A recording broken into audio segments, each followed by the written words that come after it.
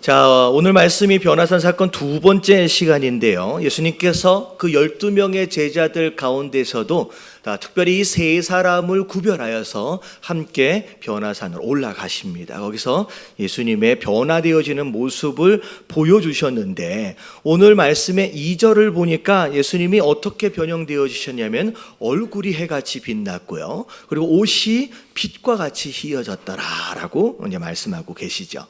자, 오늘 말씀의 이 내용을 쭉 보면서 오늘 말씀의 주제가 뭐냐? 왜 하나님께서 제자들에게 이런 특별한 영적 경험을 허락하셨느냐예요.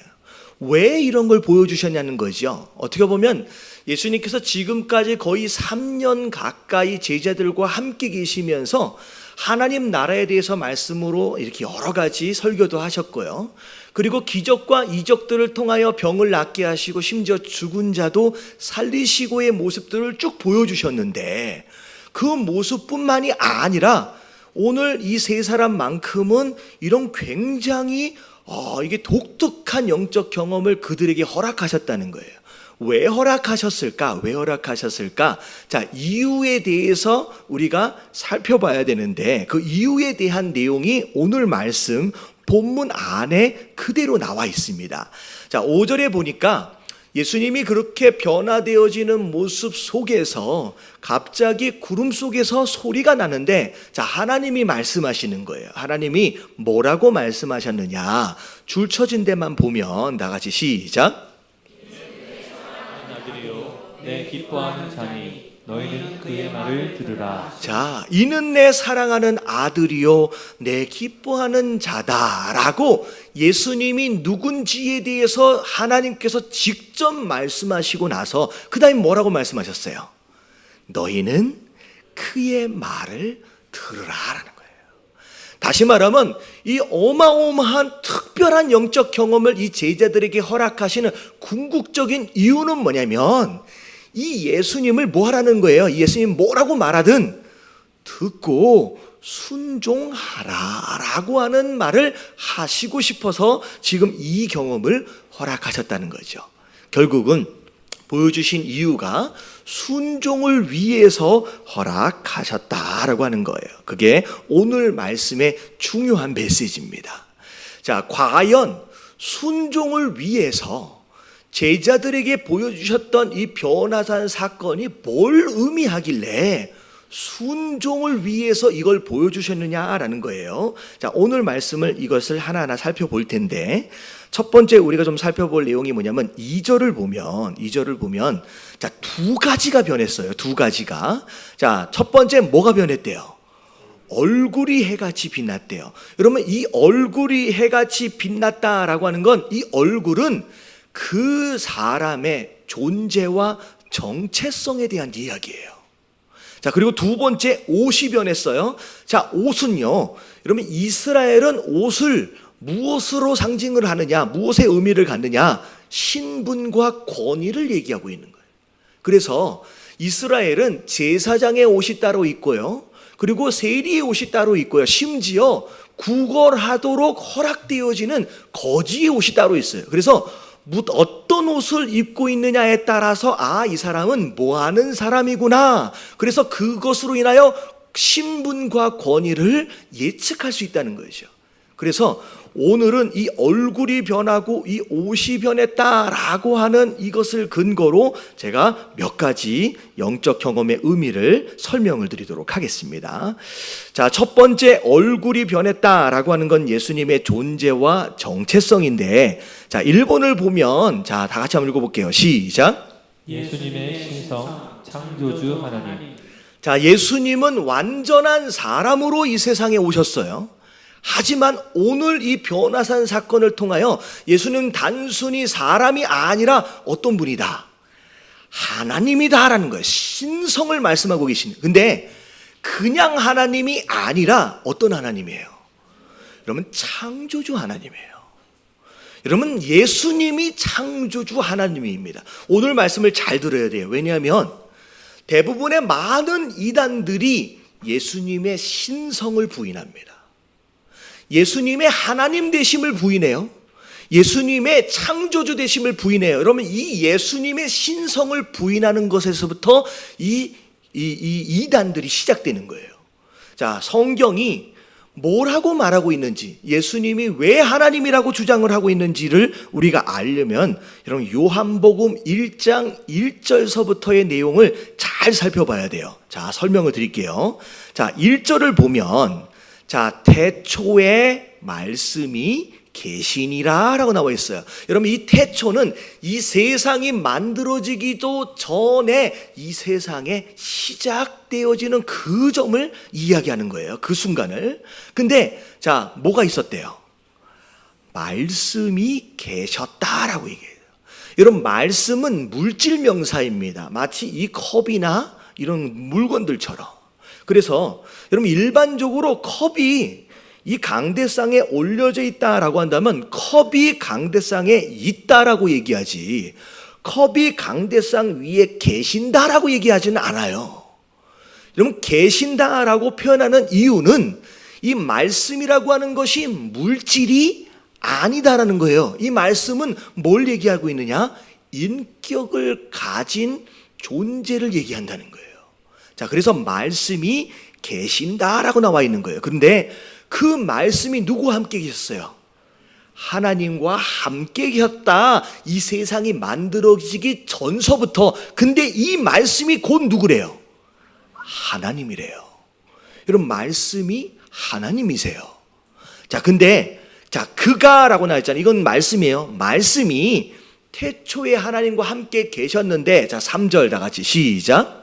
만물이 그로 말미암아 지은 바 되었으니. 자, 여기까지요. 자, 만물이, 모든 만물들이 누구로 말미암아? 말씀으로 말미암아 지은 바 되었다. 다시 말하면 말씀이 곧 뭐예요? 하나님인데 말씀이 곧 창조주다라는 얘기가 되는 거예요. 자, 이게 아침부터 굉장히 어려운 얘기가 되어서 정신이 하나도 없으실 것 같은데, 자, 따라오고 계시죠? 여기까지는 별로 어렵지 않죠? 말씀이 곧 하나님인데 그 말씀이 이 세상을 다 만들었대요. 그러니까 곧 말씀이 창조주예요. 자, 근데 이 말씀 저 밑에 내려가면 14절 말씀 같이 한번 읽어볼게요. 시작. 말씀이 육신이 되어 우리 가운데 거하심에 우리가 그의 영광을 보니 아버지의 독생자의 영광이요 은혜와 진리가 충만하더라. 이 세상을 지으신 창조주 그 말씀이 육신이 되어서 우리 가운데 거하심에, 여러분, 이게 누구예요? 여러분, 이게 예수님이에요. 다시 말하면 예수님이 곧 하나님이시고 예수님이 곧 창조주 되신다라고 하는 것, 이게 성경의 주장이에요. 여러분, 이게 창조 신앙인데, 여러분, 예수님을 여러분 창조주 하나님으로 믿으시게 되길 주님의 이름으로 축원합니다. 여러분, 이게 왜 중요하냐? 여러분, 이 창조주 하나님에 대한 개념은 여러분 기독교만이 가지고 있는 독특한 특징 가운데 하나예요. 여러분, 세상의 그 어떤 종교도 그들이 믿고 있는 신의 능력에 대해서 이렇다 저렇다라고 주장들을 다 할 수는 있지만, 내가 이 세상을 만들었다라고 주장하는 신은요, 기독교 안에 딱 누구밖에 없어요. 여러분, 이 하나님밖에 없어요. 여러분, 하나님 외에 그 어떤 신도 내가 이 세상을 만들었다라고 얘기하고 주장하는 신은 존재하지 않는다라는 거예요. 여러분, 우리가 믿고 있는 하나님은 이런 분이에요. 단순히 우리가 만난 요만한 문제 정도를 해결할 수 있는 그런 해결사 정도가 아니라, 여러분, 이 세상을 지으신 분이 우리가 믿고 순종하는 그 하나님인 줄로 믿습니다. 여러분, 우리가 되게 이게 뭐라 그래요? 프라우드하게, 한국말로 뭐라 그래요? 자부심을 가져야 돼요. 옆에 계신 분들에게 인사 좀 해서 자부심을 가져도 됩니다. 시작. 여러분, 우리가 보통 분을 믿고 있는 게 아니에요. 여러분, 보통 분을 믿는 게 아니에요. 여러분, 특별히 자 보세요. 이 예수님의 하나님 되심을 보여주신 이유를 한번 생각해 보세요. 내가 누구다. 내가 그런 세상의 잡신들과 비교되어질 수 있는 그런 신이 아니다. 내가 하나님이다. 창조주 하나님이다. 라고 말씀하시는 거예요. 여러분, 우리가 잘 알아야 될 게 뭐냐면 무엇인가를 열심히 믿는 것도 중요해요. 근데 그 열심히 믿는 것보다 더 중요한 게 뭐냐면 누구를 믿느냐가 훨씬 더 중요합니다. 자, 예를 들어서 우리 새가족 성경 공부하신 분들은 아마 이 예를 아실 거예요. 자, 겨울에 호수가 얼어붙어 있어요. 자, 어떤 사람은 겨울이니까 꽝꽝 얼어 있겠지 라고 아주 자신만만한 상태로 쌩 하고 달려갔더니 어떻게 돼버려요? 그냥 빠져버렸어요. 근데 어떤 사람은 혹시나 중간중간 이렇게 살얼음이 있을지도 몰라 그래서 되게 조심조심 걸어갔는데 다행히 꽝꽝 얼어가지고 잘 건너갔어요. 자, 질문을 드릴게요.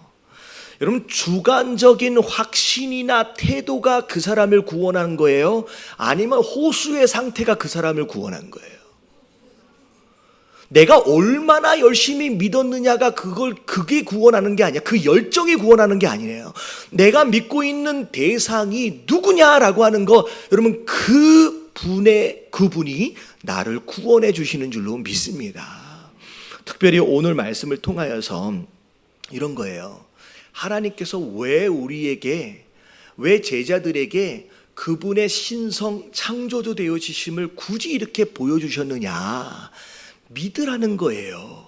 믿어도 된다는 거예요. 내가 그럴 만한 능력이 있다는 거예요. 자, 무슨 얘기냐면요, 이런 거예요. 우리가 하나님은 신실하신 분이다라고 했잖아요. 여러분, 신실하다라고 하는 것은 약속을 지킨다라는 얘기예요. 근데 사실 사람에게 있어서는 신실함을 기대하기가 쉽지 않습니다. 왜냐하면 신실함, 약속을 반드시 지키려면 그 약속을 지키기 위해서 그때 무슨 일이 일어날지에 대해서 이미 알고 있어야 돼요.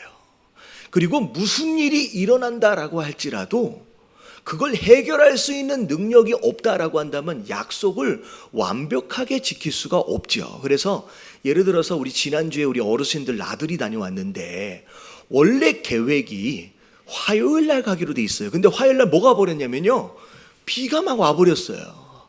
계획을 세우고 준비를 했는데 비가 왔어요. 여러분들, 비록 약속은 했지만 지킬 수가 없었어요. 왜냐하면 그때 비가 올지 안 올지를 알았어요, 몰랐어요? 몰랐어요. 그걸 모르니까 약속을 못 지키는 거예요. 그리고 그걸 몰랐다라고 할지라도 오는 비를 제가 그냥 멈출 수 있는 능력이 저한테 있었으면 그 약속을 지킬 수 있겠죠. 근데 죄송하지만 그럴 능력이 저한테는 없어요. 다시 말하면 문제를 해결할 수 있는 능력이 저에게는 없어요. 그래서 어쩔 수 없이 화요일 날 못 가고 언제 가냐면 목요일 날 간 거예요. 근데 여러분, 이 세상에서 신실함, 다시 말하면 어떤 약속이든 반드시 지킬 수 있는 분이 있다라고 한다면 여러분, 이 능력이 두 가지가 있어야 돼요. 그때 무슨 일이 일어날지에 대해서 완벽하게 알아야 할 뿐만 아니라 어떤 일이 일어난다라고 할지라도 해결할 수 있는 능력이 있는, 이게 바로 전지하심과 전능하심이에요. 여러분, 이 전지하심과 전능하심을 가지고 있는 이 세상에 딱 신은 누구 한 분밖에 없어요. 여러분, 창조주 하나님밖에 없어요. 왜냐하면 그분이 만든 세상이기 때문에 그분은 다 아시는 거예요. 그분은 다 하실 수 있는 분이에요. 여러분, 이 하나님을 믿어드리시길 주님의 이름으로 축원합니다. 여러분, 이걸 잘 알아야 되는 게 뭐냐면, 제가 제 딸아이가 14살이에요. 근데 한 번은 그 미국에 있을 때 쇼핑몰에 쇼핑을 하러 갔어요. 근데 거기 쇼핑몰에 보면 아이들을 놀라고 이게 플레이그라운드가 이렇게 있어요. 그런데 우리 한국에도 있더라고요. 근데 거기에서 한참 노는데 이런 일이 벌어졌어요. 이제 제 와이프는 제 사모는 이제 쇼핑을 하러 갔는데 저는 이제 애를 보고 있는 거예요. 보고 있는데 어떤 꼬마애가 한 이 정도 높이, 제법 높아요. 한 이 정도 높이에 이게 막 올라와서 아빠를 부르는 거예요. 데디 하고 부르니까 아빠가 막 달려가더니만 이렇게 해줬어요. 그랬더니만 그 꼬마애가 대리 하더니만 점프를 해가지고 그 아빠한테 탁 안기는 거예요. 근데 이게 딱 안기니까 너무 신나니까 막 까르르 우는 거예요. 우는 게 아니라 웃는 거예요. 옆에 주변에 있는 그 부모님들도 그렇고 이 아이들도 그렇고 너무 신기하게 막 쳐다보고 있는 거야. 너무 신나하니까. 근데 갑자기 그때 제 딸아이 에밀리가 자, 몇 살이었냐면 한 4살, 5살 정도 된 것 같아요. 근데 그때 그걸 보고서 자기도 해보고 싶은 거야. 그래서 어떻게 했냐면 그 위에 지가 올라갔어요. 그러니까 사람들이 다 쳐다보잖아. 그래 놓고선 자기가 이제 저를 부르는 거예요. 데디 하고 불렀는데 저도 이제 얘를 잡아줘야 되잖아요. 잡아주기 위해서 손을 딱 펼쳤는데 어떻게 해요? 점프를 하려다 보니 너무 높아. 무서운 거예요. 점프를 못 하는 거야. 그러니까 데디만 계속 부르고 있는 거예요. 그러기를 한 30초 하니까 점점 제가 들고 있는 손이 민망해지기 시작하는 거야. 좀 전에 아이는 아빠를 완전히 믿으니까 어떻게 했어요? 내가 그냥 던지면, 내 몸을 던지면 그분이 알아서 받아준다라고 하는 믿음이 있어서 점프를 하는데 얘는 지금 점프를 못해요. 왜? 아빠를 뭐 하지 못했어요? 믿지를 못하는 거예요. 그러니까 점프를 못해요. 결국은 한 30초 그러다가 제가 너무 창피해가지고 그냥 걔를 그냥 안고 내려와 버렸어요. 여러분, 하나님이 어떤 분인지를 지금 하나님은 계속 보여주고 싶으신 거예요. 네가 믿어도 될 만한 능력이 내게 있다는 거예요. 네가 순종해도 절대 손해보지 않을 만한 능력이 내게 있다는 거예요. 나는 누구다? 창조주 하나님이다.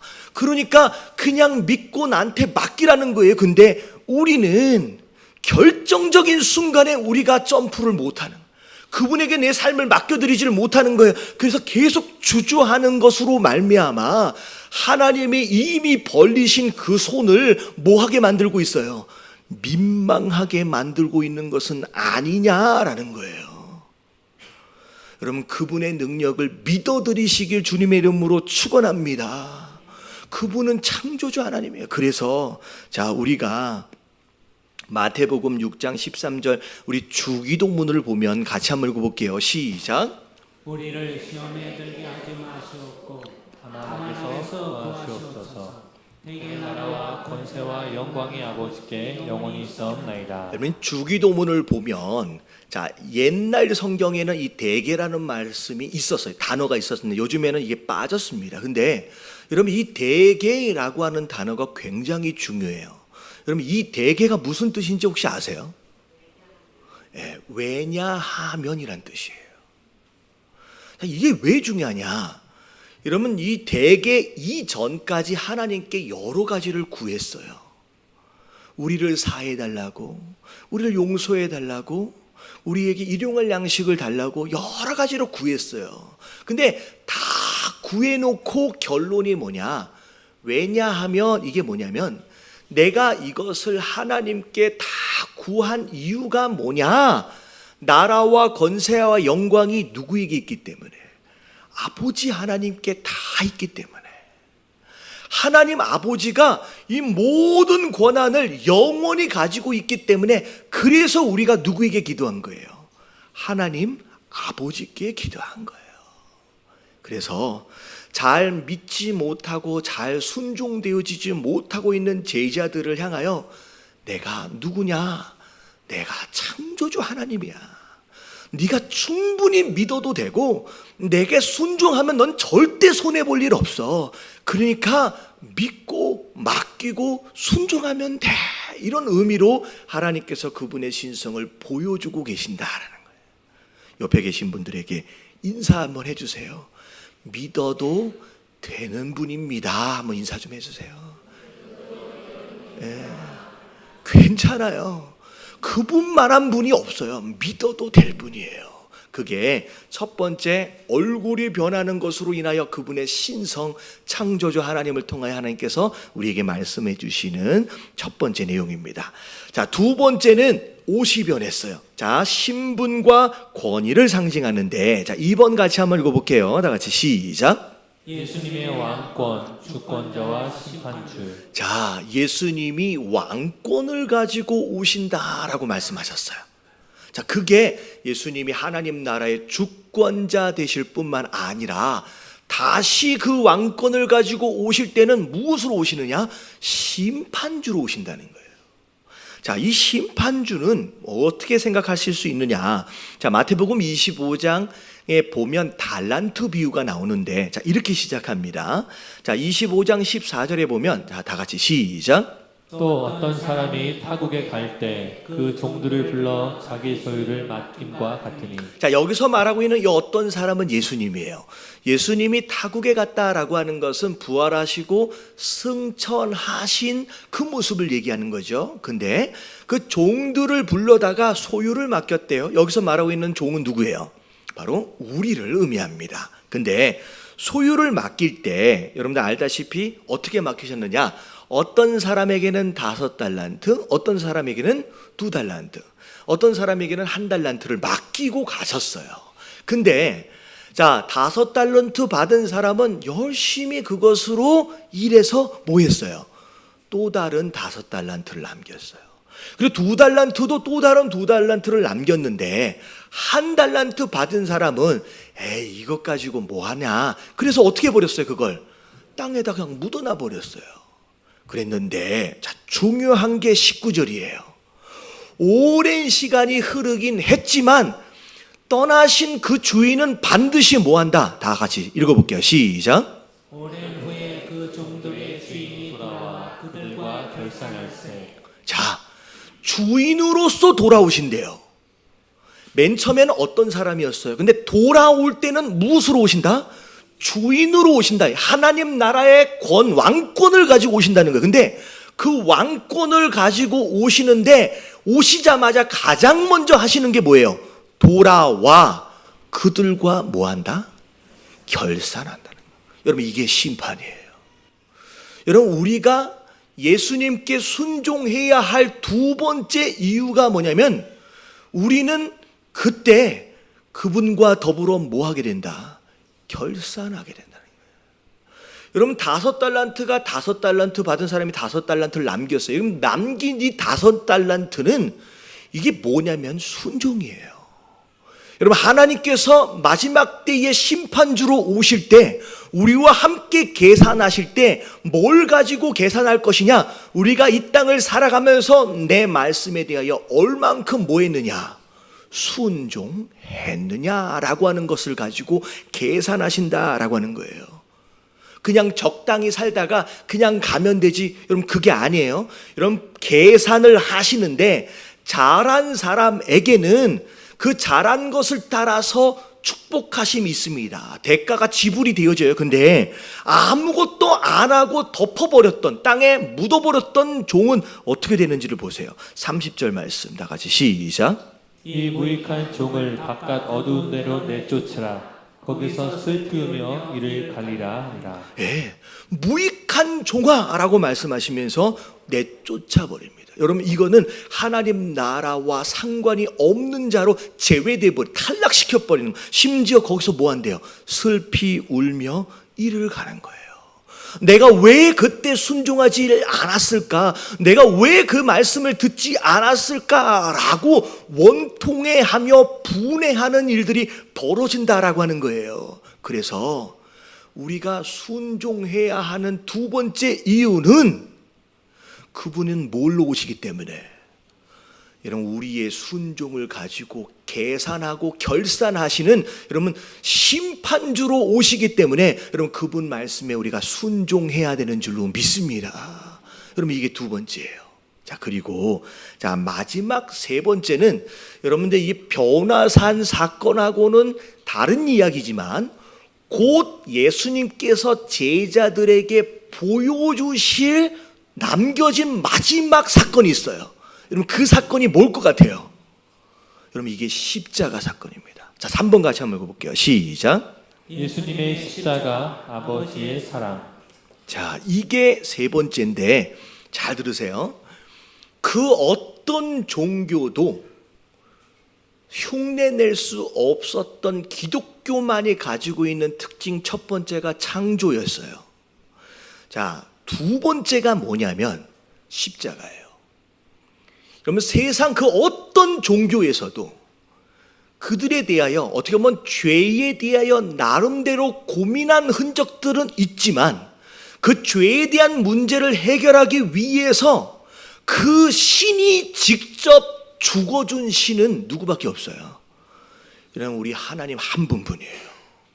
이래야 구원받는다, 저래야 구원받는다, 구원의 방법들에도 많은 얘기들을 한다라고 할지라도 여러분, 기독교에 우리가 믿는 그 하나님, 그 예수 그리스도만큼은 뭐 하셨어요? 그 죄에 대한 문제를 해결하기 위해서 본인이 직접 대신 죽어주셨다라는 거예요. 여러분, 이게 기독교 신앙의 가장 중요한 핵심 능력이에요. 이게 왜 중요하냐? 자, 보세요. 창조주 하나님에 대해서 말씀을 드렸어요. 자, 어떤 누군가가 있는데 어마어마한 재물이 있어요. 어마어마한 능력이 있고 어마어마한 권세가 있어요. 근데 그 능력과 재물과 권세를 가지고 있는 그 사람이 여러분 옆집 아저씨다라고 한다면 그분이 가지고 있는 거랑 나랑 상관이 있다 없다? 아무런 상관이 없는 거예요. 그 사람이 아무리 많이 가지고 있든. 근데 중요한 건 뭐냐면 여러분 그걸 가지고 있는 그분이 여러분 내 아버지가 된다라고 한다면 이야기가 완전히 달라지는 거예요. 뭐 창조주 하나님이고 무슨 하나님이고 아무리 얘기해 본들 그분하고 내가 상관이 없으면요 그분의 능력과 나도 상관이 없는 거예요. 근데 그분이 내 아버지가 된다라고 한다면 이건 완전히 다른 얘기가 되는 거예요.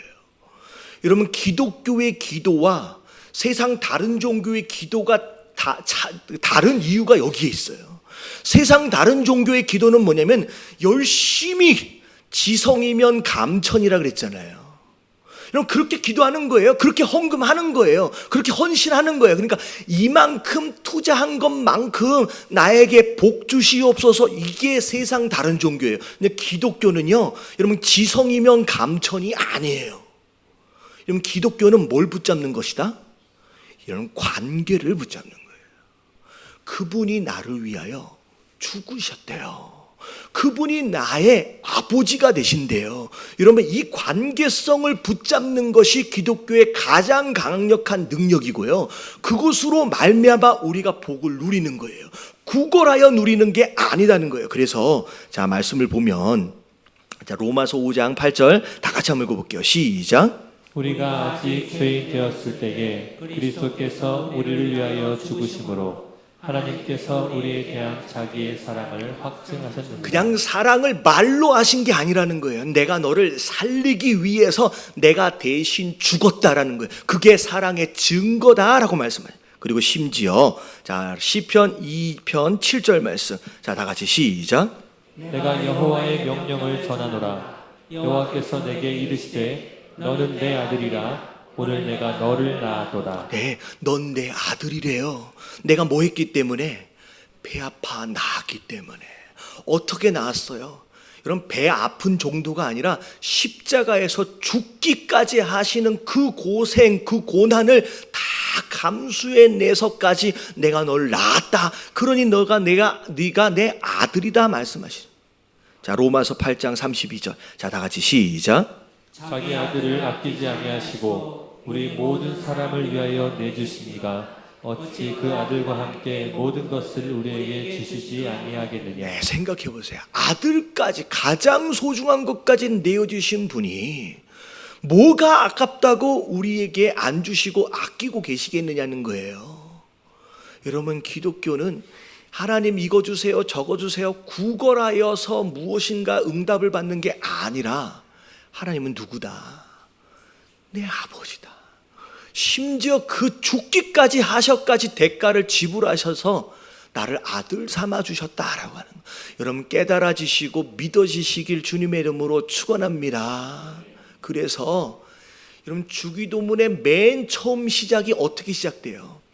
하늘에 계신 우리 아버지여라고 시작해요. 여러분 이게 가장 중요해요. 응답하실 그분이 옆집 아저씨가 이제 아니에요. 나를 살리시기 위해서 대신 죽어주시기까지 하신 그 아버지가 우리의 기도를 듣고 계신다라고 하는 거 여러분 믿으시길 주님의 이름으로 축원합니다. 그러면요 여러분 믿지 않고 순종하지 않을 이유가 없다라는 거예요. 그래서 예수님께서 변화되어지는 이 모습들을 통하여서 우리에게 순종해야만 하는 중요한 메시지들을 던져주고 계시는 거예요. 여러분 기억하세요. 여러분 하나님은 그냥 요만한 거 해결해 주시는 그냥 해결사 정도로 생각하지 마시고 창조주 하나님이에요. 그래서 구약 성경에 보면 다윗이 어려움을 경험할 때마다 하늘을 바라보면서 누구에게 나아갔냐면 창조주 하나님 하면서 부르짖고 나가는 거예요. 여러분 그 하나님을 여러분 믿어드릴 수 있는 저와 여러분들 되시길 주님의 이름으로 축원합니다. 그래서 저는 이 말씀을 묵상하면서 그런 마음이 드는 거예요. 하나님 나라에 대해서도 막 말씀해 주시고 어마어마한 기적과 이적들을 다 보여주셨음에도 불구하고 잘 믿어져요? 안 믿어져요? 안 믿어지는 거예요. 순종이 잘 돼요? 안 돼요? 잘 안 되는 거예요. 그래서 하나님이 결국은 뭐까지 보여주시는 거냐? 내가 하나님이야. 네가 충분히 믿어도 될 만한 그런 분이고 내가 심판주야. 그리고 내가 널 위하여 대신 죽어줄 거야 라고 하는 그 십자가로 그분의 사랑을 우리에게 알려주시는 줄로 믿습니다. 그래서 여러분 후회하지 않을 수 있어요. 절대 실망스럽지 않을 수 있어요. 여러분 하나님을 믿어드리고 순종해 보시길 주님의 이름으로 축원합니다.